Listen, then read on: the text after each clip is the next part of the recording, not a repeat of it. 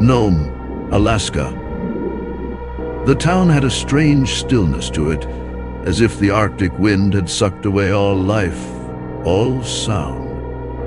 It was like living at the end of the world, a place where the sun refused to rise for months, leaving us at the mercy of a blanket of darkness that seemed endless. But for some reason, I always knew that the real danger wasn't in the darkness outside, but in what it hid.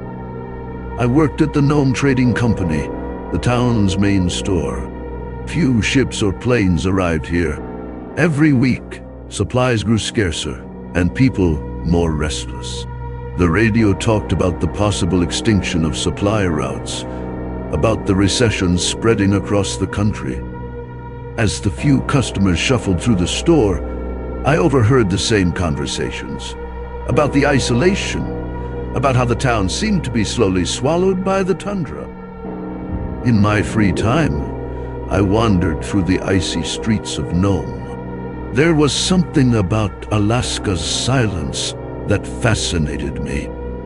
The decaying wooden houses, the empty avenues like Front Street, where you'd rarely see a soul. Sometimes, I'd find a group of kids playing in the snow, their laughter muffled by the freezing wind. But I always went back to my home, a tiny apartment on Divisadero Street, where melancholy wrapped itself around me like fog. It was during one of those nightly walks that I first heard about the legend. I was at the Polar Cafe drinking something strong to warm my bones, when two men began talking about the Kushtaka, a creature, a local legend, half man, half otter dartar, a kind of ice demon, capable of mimicking the voices of loved ones, luring those lost in the snow. I never paid much attention to such things, but that night, something stayed with me. A sense that there was more to that story than just superstition. The following week, a woman disappeared. Linda James, one of the few tourists who ventured to the end of the world during winter. No one knew exactly what happened. They said she was last seen walking out of town toward the frozen sea, alone. But why? Who in their right mind would do that? The sheriff organized a search, but in Alaska, searches don't last long. The cold is unforgiving. That same week, I started hearing things, noises, or rather, voices. At first, it was laughter in the distance, muffled by the wind as I locked up the store at the end of the day. Then the sound of someone calling my name, faint and distant, as if it came from the tundra beyond town. At first, I thought I was just hearing things. Maybe it was the isolation, the silence. Your mind plays tricks on you when everything around you feels frozen in time. But one night, while walking near the port, I saw something that made me question my sanity. The silhouette of a person, far off, walking near the ice edges. No one should have been out there, especially in the brutal cold. I moved closer, cautiously, but the figure just disappeared. There was nowhere to run, no shelter, no buildings, and yet gone. The legend of the Kushtaka haunted me.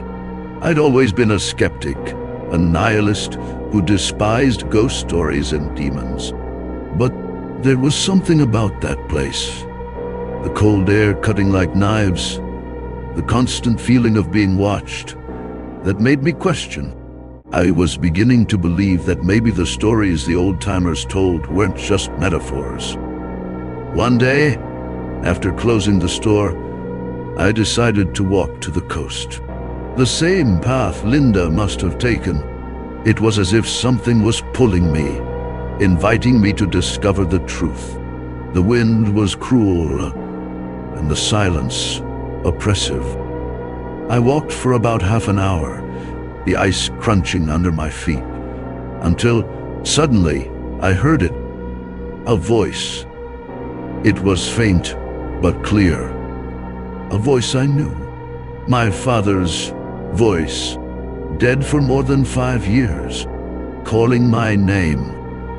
I froze, my heart racing. I looked around, the tundra empty, but the sound was coming from somewhere ahead. I moved forward, against my own instinct, my body freezing from the inside out. Jameson, it said. He always called me that when I was a kid. But then I noticed something strange. The voice had no warmth. It had no life. It was a cold, mechanical imitation. When I finally reached the spot where the sound seemed to come from, I found nothing but ice. The frozen sea stretching out before me, endless. And there on the horizon, I saw the figure again. It wasn't alone this time. There were 2, 3, maybe more. Silhouettes moving slowly, watching me. I couldn't move. There was no point in running. The Kushtaka, or whatever it was, had already found me. I started backing away, each step heavy. But instead of disappearing, the figures kept watching me, motionless. I could almost feel their eyes on me. I got home sweating, despite the cold, locking the door with a panic I'd never felt before. I looked out the window, and there they were, standing on the street, staring directly at my window. I don't know what they are. I don't know if they're real, or if my mind, at last, has snapped. But there is one thing I know for sure. In Alaska, it's not the cold that will kill you. It's what hides within it.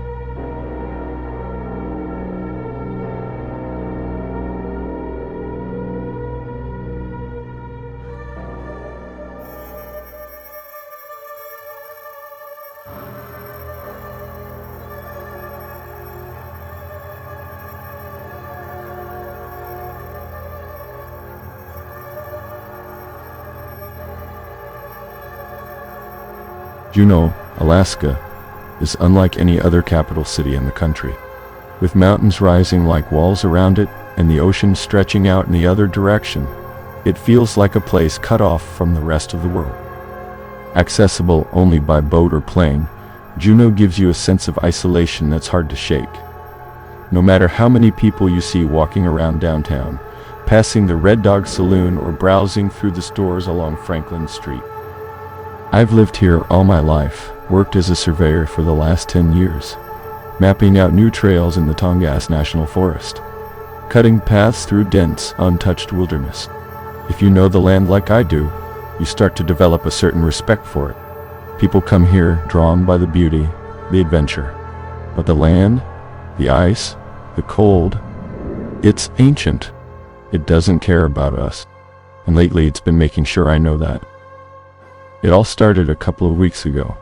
I'd been sent out to chart a new route for an ecotourism project.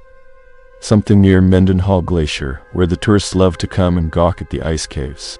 The area is popular, but this route was deeper, further into the forest, skirting along a less explored edge of the glacier. A place most people don't go, and with good reason. The terrain is treacherous and the forest, well, it feels different out there. Denser, older. I was working with a new kid, Corey, barely out of high school, cocky but eager to learn. We set out in the morning, the air crisp and biting. The trail was tough, a mix of thick trees and icy patches that made every step uncertain. But we made good progress, at least until we hit a clearing not marked on the maps. The clearing was odd. The ground was too flat, too smooth, like it had been intentionally cleared. Corey didn't seem to notice, but I felt it immediately. The air was still, too quiet. No birds, no wind, just the two of us standing in the shadow of the glacier, with the jagged mountains looming in the distance. "Think this is a good spot to set up camp?" Corey asked, dropping his pack to the ground. I hesitated. Something about the place felt wrong, but it was getting late, and the idea of trekking further into unknown territory didn't sit well with me either. I nodded. "Yeah, this'll do." We pitched our tents, started a small fire, and ate in near silence, the only sound the crackling of the flames. Corey was his usual self, talking about how he was going to climb Denali one day, make a name for himself. I wasn't listening. I was focused on the glacier, looming in the distance, the way it seemed to glow under the moonlight. That's when we heard it. At first, almost imperceptible. Corey didn't seem to notice, but I froze, listening. The sound grew, like something was moving under the ice, deep beneath the surface. "Did you hear that?" I asked, my voice low. Corey shrugged, oblivious. "It's just the ice. It cracks sometimes, right?" He wasn't wrong, but this wasn't the sharp, sudden crack of ice shifting. This was something else, something deeper. I brushed it off, not wanting to spook the kid. But as the night wore on, the sound continued, always there, just on the edge of hearing. By morning, I'd convinced myself it was nothing, just my mind playing tricks after too many hours in the cold. But the feeling didn't leave. As we packed up to continue our survey, I found myself glancing back at the glacier, that same unease gnawing at me. That's when Corey found it, a bone. At first, I thought it was from an animal, maybe a moose or a bear, something that had wandered too close to the glacier and didn't make it out. But as he wiped the frost from the surface, it became clear. This wasn't an animal. It was human. Corey looked up at me, wide-eyed. "What the hell, man?" I crouched down, inspecting it more closely. It was old, ancient, but there was no mistaking it. "We need to report this," I said, standing up. He nodded, looking a little pale, and we started back towards town. Both of us silent now, the excitement of the trip drained away. But as we walked, the sound returned. The low hum, growing louder the closer we got to the glacier. I stopped, staring out at the massive sheet of ice. The sound was unmistakable now, like something was moving beneath the surface. Something alive. Corey stopped beside me, his face pale. "We should go." I nodded, but my feet wouldn't move. I was staring at the ice, at the faint outlines of the cracks spidering across its surface. And then I saw it, a shadow, dark and indistinct, moving just beneath the ice, too deep to make out any details, but there. I blinked, and it was gone. We didn't speak again until we were back in town. I filed the report, told the authorities about the bone, about the strange sound, but they brushed it off. Said the glaciers were constantly shifting. That bone sometimes turned up from old explorers or hunters who'd gone missing. But I couldn't shake the feeling that it was something more. Something ancient. Something that didn't want to be disturbed. A few days later, Corey went missing. He'd gone back to the glacier alone, thinking he could make a name for himself by finding more bones. Maybe something he could show off. They found his body 2 days later, or what was left of it, tangled in the ice near the edge of the glacier. They said it was an accident, that he'd fallen. But I know better. I still hear the sound, the hum. It follows me, even now, in the quiet moments when the world is still. And sometimes, when I'm alone, I see the shadow, moving just beneath the surface, waiting.